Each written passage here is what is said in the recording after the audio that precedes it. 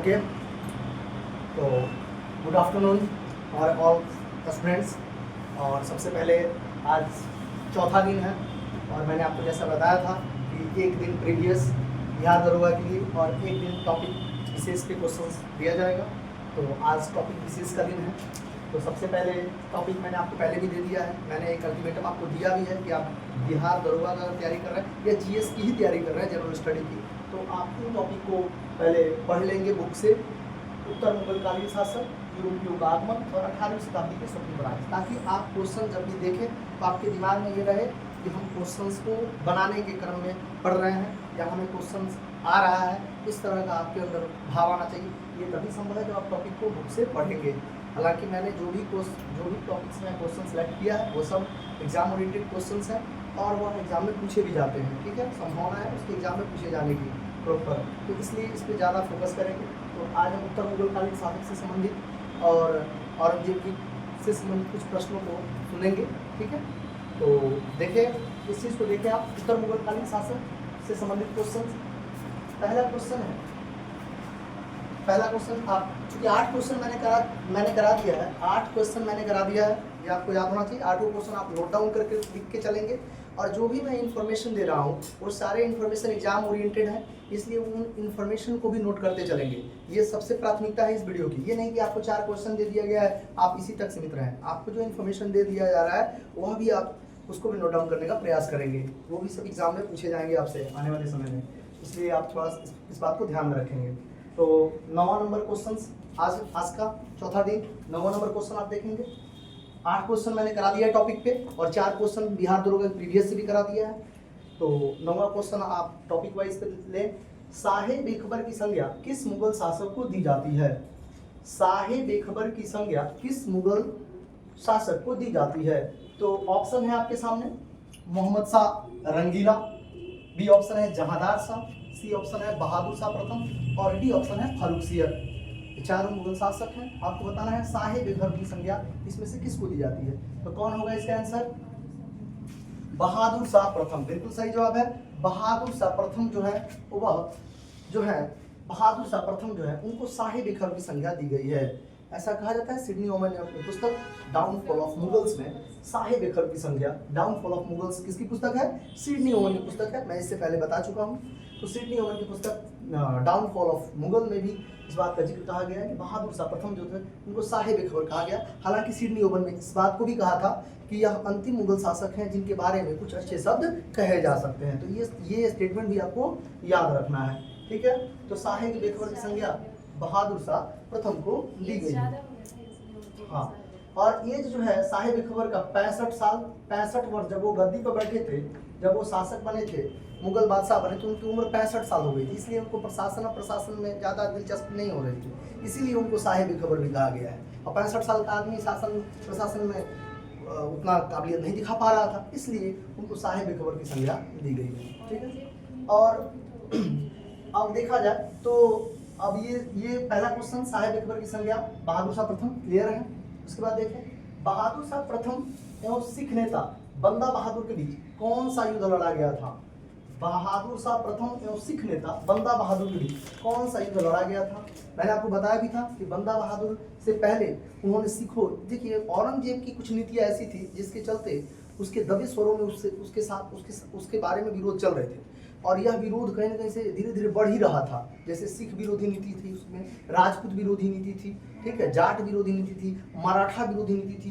तो ये सारे औरंगजेब की जो नीतियाँ थी, ये कहीं ना कहीं से उसका दबाव बहादुर शाह प्रथम पे दिख रहा था। इसलिए बहादुर शाह प्रथम ने क्या किया कि सिखों के साथ समझौते की नीति अपनाई और सबसे पहले उन्होंने गुरु गोविंद सिंह को 5000 का मनसब दिया था। ये क्वेश्चन भी मैंने आपसे पूछा था कि किस सिख गुरु को बहादुर शाह प्रथम ने 5000 का मनसब दिया था? तो कौन थे? गुरु गोविंद सिंह। लेकिन गुरु गोविंद सिंह के मरने के बाद तुरंत जो है बंदा बहादुर नामक नेता ने पंजाब में जो है युद्ध छेड़ दिया, युद्ध स्टार्ट हुआ पंजाब में और मुगलों के खिलाफ में उसने युद्ध किया। और उस युद्ध के बारे में ही आपसे पूछा जा रहा है कि बहादुर शाह प्रथम और सिख नेता बंदा बहादुर भी कौन सा युद्ध लड़ा गया था? ऑप्शन है जजाऊ का युद्ध, बी ऑप्शन है खेड़ा का युद्ध, सी ऑप्शन है लोहगढ़ का युद्ध, और डी ऑप्शन है सामूगढ़ का युद्ध। ये चारों युद्ध इंपॉर्टेंट भी युद्ध हैं, इसलिए आप इस चारों युद्ध के बारे में भी जान सकते हैं। तो बहादुर शाह प्रथम जो है वह लड़ाई लड़ते हैं और वह युद्ध है कौन, लोहागढ़ का युद्ध या लोहगढ़ का युद्ध भी इसे कहा जाता है, ये पंजाब का क्षेत्र है। तो इसमें भी ये युद्ध जो है लोहगढ़ का युद्ध हुआ था 1709 ईस्वी में। और इस युद्ध में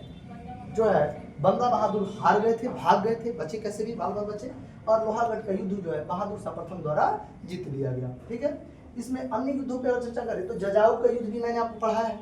जजाऊ का युद्ध किसके बीच हुआ है, याद करें, मुअज्जम और आजम के बीच हुआ है। जजाऊ एक उत्तराधिकार का युद्ध था, औरंगजेब के मरने के बाद उत्तराधिकार का युद्ध हुआ, वो पहला युद्ध था। औरंगजेब के मरने के बाद उनके तीनों उत्तराधिकारियों में युद्ध हुआ और उस युद्ध में पहला युद्ध था जजाऊ का, जो मुअज्जम यानी बहादुर शाह प्रथम और आजम के बीच लड़ा गया।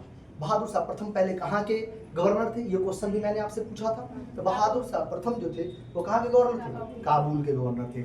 और आजम जो थे वो कहाँ के गवर्नर थे, गुजरात के गवर्नर थे। उसके बाद से थे कामबख्श, कामबख्श कहाँ के गवर्नर थे, तो बीजापुर के। तो ये तीनों गवर्नर थे जो उनके उत्तराधिकारी थे, अलग अलग क्षेत्रों के गवर्नर थे। लेकिन जजाऊ के युद्ध में आजम और मुअज्जम जो है आमने सामने हुए और इस युद्ध में आजम की हार हुई। फिर खेड़ा का युद्ध हुआ, तो चूंकि खेड़ा का युद्ध भी 1707 में ही हुआ है, तो यह कहीं ना कहीं से मराठों से जुड़ा हुआ युद्ध है। किससे जुड़ा हुआ युद्ध है, मराठों से जुड़ा हुआ युद्ध है। चूंकि औरंगजेब ने क्या किया था कि संभाजी को, यानी कि शिवाजी के पुत्र संभाजी को मार दिया था और उनके पुत्र किसको, साहू जी को कैद कर लिया था। और उस समय में ताराबाई नाम की जो शासिका थी वह राजा राम की पत्नी के रूप में ताराबाई शासन संभाल रही थी। और मराठा, और उसी समय बहादुर शाह के समय में जब उन्होंने देखा बहादुर शाह चूंकि मराठा के विरोध नीति थी औरंगजेब की, तो उसने मराठों के साथ भी समझौता किया और उन्होंने क्या किया, साहू जी को छोड़ दिया। जिस औरंगजेब ने जिस साहू जी को कैद किया था उसको बहादुर शाह प्रथम ने क्या किया, छोड़ दिया। तो बहादुर शाह प्रथम के छोड़ने के बाद यह अपने क्षेत्र में गया और इसकी लड़ाई किससे हो गई, ताराबाई से हो गई, अपनी चाची से ही हो गई। ठीक है, तो इस युद्ध में खेड़ा का युद्ध चाची के साथ लड़ा गया युद्ध था। अब कैसे कहेंगे वो चाची थी, क्योंकि कैसे कहेंगे, राजा राम जो थे वो क्या, कौन थे, राजा राम कौन थे, साहू जी के तो चाचा हुए ना, जो कि संभाजी के तो भाई हो गए, लेकिन साहू जी के क्या हुए, चाचा हुए। और चाचा की पत्नी क्या होगी, चाची होगी। तो चाची के साथ युद्ध हुआ, कौन सा युद्ध, खेड़ा का युद्ध, ताराबाई के साथ किसका, साहू जी का। और इस युद्ध में इस खेड़ा के युद्ध में एक और भी है, किस पेशवा ने महत्वपूर्ण भूमिका निभाई थी। तो इस खेड़ा के युद्ध में एक महत्वपूर्ण पेशवा है जिन्होंने भूमिका निभाई थी, वो है बालाजी विश्वनाथ। तो बालाजी विश्वनाथ एक छोटे से पद पे थे और उन्होंने जो है इसमें भूमिका निभाई थी। तो यहाँ पे बालाजी विश्वनाथ का भी नाम जुड़ता है खेड़ा के युद्ध में। और इसी खेड़ा के युद्ध में बालाजी विश्वनाथ के कुशल कमांड नेतृत्व के कारण, सैन्य नेतृत्व के कारण उनको पेशवा भी नियुक्त किया जाता है साहू जी के द्वारा। तो साहू जी के द्वारा प्रथम पेशवा के रूप में नियुक्त होने वाले बालाजी विश्वनाथ भी हैं। तो यहाँ मराठा से जुड़ा हुआ है, लेकिन है मुगल से जुड़ा हुआ भी, क्योंकि बहादुर शाह प्रथम छोड़ रहे हैं साहू जी को। फिर ये लड़ाई हो रहा है साहू जी और ताराबाई के बीच, और इस युद्ध का नाम क्या है, खेड़ा का युद्ध। क्लियर है। उसके बाद लोहगढ़ का युद्ध, अभी मैंने आपको बताया कि बंदा बहादुर पहले तो अच्छे संबंध बनाने का प्रयास किया, लेकिन गुरु गोविंद सिंह के मरने के बाद बंदा बहादुर ने विरोध कर दिया मुगलों का, और तब बंदा बहादुर के साथ बहादुर शाह प्रथम की लड़ाई हुई और वह लड़ाई लोहागढ़ के युद्ध के नाम से जानी गई। यह क्षेत्र भी पंजाब के आसपास का क्षेत्र है और इस लोहागढ़ के युद्ध में भी बंदा बहादुर की हार हुई, भागे वो वहां से। और नेक्स्ट युद्ध है सामूगढ़ का युद्ध। यह युद्ध सामूगढ़ का युद्ध भी 1658-59 के आसपास 1658 में ही लड़ा गया था। यह युद्ध भी उत्तराधिकार का ही युद्ध था। ठीक है, इस युद्ध में भी आप देखेंगे दारा सिकोह के साथ यह युद्ध लड़ा जाता है औरंगजेब का, और फाइनली औरंगजेब को इसी युद्ध के बाद से उनका राज्याभिषेक होता है। क्लियर। तो औरंगजेब का राज्याभिषेक का एक युद्ध है सामूगढ़ का युद्ध। तो ये औरंगजेब से जुड़ा हुआ युद्ध है और दारा सिकोह से, चूंकि उनके भाई थे वो, तो इसलिए सामूगढ़ का युद्ध जो था दारा सिकोह और औरंगजेब के बीच का लड़ाई था। बाकी तीनों ऑप्शंस आप जरूर से नोट डाउन करेंगे, एक एक युद्ध इंपॉर्टेंट है इसमें। अब आते हैं 11 नंबर क्वेश्चन पे। औरंगजेब द्वारा संभाजी की हत्या कब करा दी गई थी। संभाजी इंपॉर्टेंट है, आपने छावा मूवी देखी होगी, यह छावा मूवी उन्हीं संभाजी से रिलेटेड मूवी है। ये शिवाजी के पुत्र हैं, बहुत ही मतलब गुस्सैल टाइप के व्यक्ति हैं, इतने गुस्सैल है कि वो पिताजी भी उनको अपने काल में नज़रबंद करके रखते थे कि कहीं यह कुछ मतलब गलती ना कर दे, आक्रामक गलती ना कर दे। इस वजह से ऐसा नहीं था कि दोनों के संबंध खराब थे, बस ये चाहते थे कि हमारा बच्चा कोई गलती ना करे, तो उनको थोड़ा सा प्रशासन में रखते थे, शासन में रखते थे। तो संभाजी को भी औरंगजेब ने क्या किया, बंदी बना लिया था। क्योंकि संभाजी ने ऐसा कौन सा काम किया था जिसके कारण संभाजी को औरंगजेब ने बंदी बनाया, आप जानते हैं इस इतिहास को। तो संभाजी को बंदी बनाने का रीजन ये था कि उसने औरंगजेब के एक बेटे थे मोहम्मद अकबर, उसको शरण दे दिया था। संभाजी ने क्या किया था, उनको शरण दे दिया था। शरण देने का मतलब है प्रोटेक्शन दे दिया। तो इस पर औरंगजेब ने कहा कि बाबू तुम मेरे द्वारा मेरा विरोध करने वाले व्यक्ति को शरण दिए हो, तो कहीं ना कहीं से अब तुम इसका सजा भुगतने के लिए तैयार रहो। जो हाल मैंने तेग बहादुर का किया था वह हाल अब मैं तुम्हारा करूँगा। और ठीक यही चीज़ है। हालांकि संभाजी एकदम निडर प्रवृत्ति के थे, वो डरे नहीं, लेकिन बहुत ही धोखे से संभाजी और उनके प्रशासन के कवि कलश भी थे, कवि कलश दोनों आदमी को गिरफ्तार कर लिया गया। आप मूवी छावा में देख सकते हैं इस फिल्म के माध्यम से भी। और उनको बहुत यातना देकर मारा गया संभाजी को। ऐसा कहा जाता है उनके खाल उधेड़ लिए गए, आंखें फोड़ दी गई, बहुत ही यातना देकर उन्हें मारा गया संभाजी को। और यह संभाजी की हत्या औरंगजेब द्वारा कब कराई गई, 1689 ईस्वी में कराई गई। क्लियर है। अब देखिए नेक्स्ट क्वेश्चन पे आते हैं। अफगान सरदार जमशेद खान पठान द्वारा 10वें सिख गुरु गोविंद सिंह की हत्या कब की गई। अफगान सरदार थे जिनका नाम था जमशेद खान पठान, पठान भी कहीं आता है, एक पठान द्वारा कर दिया गया था। किसकी हत्या, गुरु गोविंद सिंह की हत्या। उस पठान का नाम क्या था, जमशेद खान पठान था। वो 10वें सिख गुरु गोविंद सिंह की हत्या किए थे।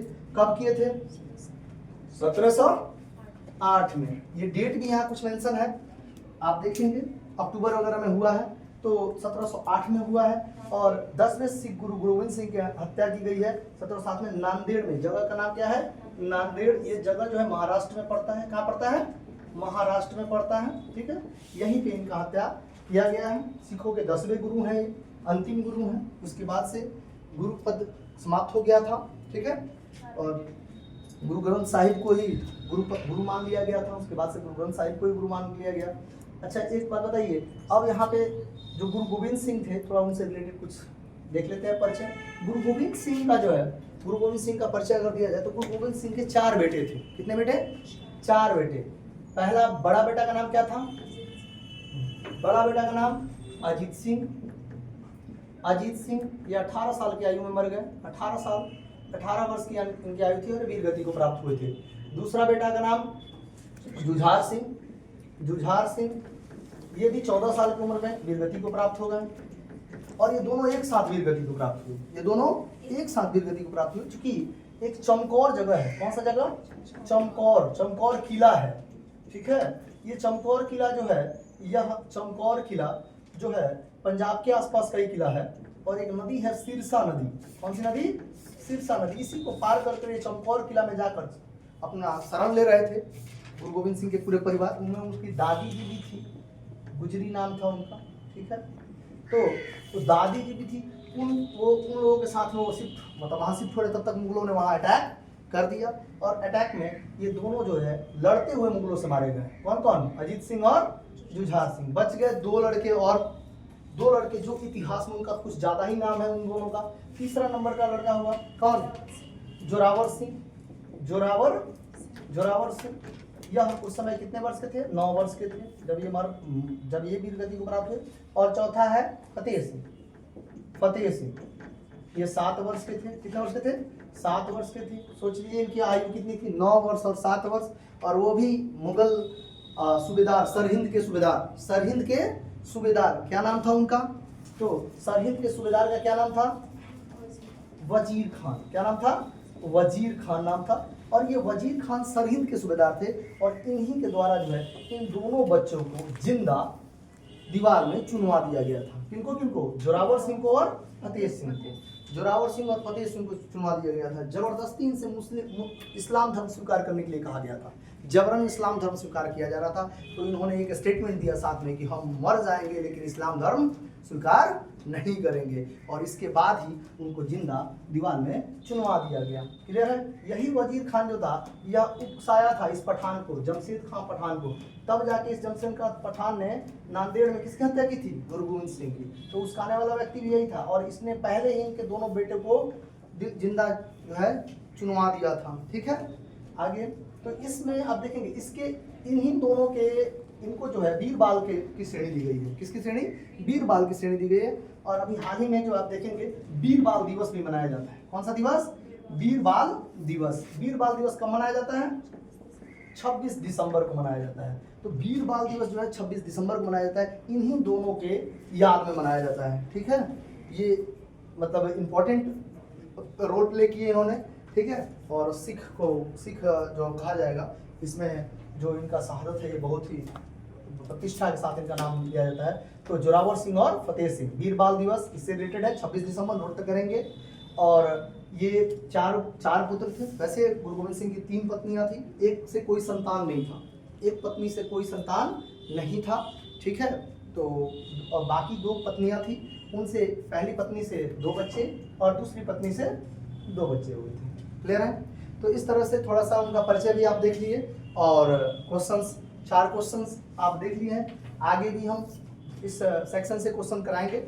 तब तक के लिए जय हिंद, जय भारत, और बने रहें वीडियो में। लगातार जो भी इंफॉर्मेशन दिए गए हैं उसको भी नोट डाउन करके चलें। ठीक है, वो सभी इंपॉर्टेंट ही हैं और आगे भी आपको क्वेश्चन मिलते रहेगा। एग्जाम में रिपीट क्वेश्चंस जो है 40% आते हैं, 50% आते हैं, लेकिन बहुत सारे क्वेश्चन नए भी बन के आते हैं। तो नए क्वेश्चन के लिए भी तैयार रहें। जहाँ से क्वेश्चन पूछे जा रहे हैं उस पर ध्यान दें, किस सेगमेंट से क्वेश्चन। जैसे सिख से क्वेश्चन पूछा गया है तो सिख बिल्कुल पढ़ लें। उत्तर मुगल से क्वेश्चन पूछा गया है तो उत्तर मुगल शासक के बारे में जरूर से पढ़ लें। ठीक है, यानी 2 सेक्शन आपका कंप्लीट होना चाहिए। देन आप क्वेश्चन को देखेंगे हमारे माध्यम से भी यूट्यूब पे। तो लगातार बने रहिए।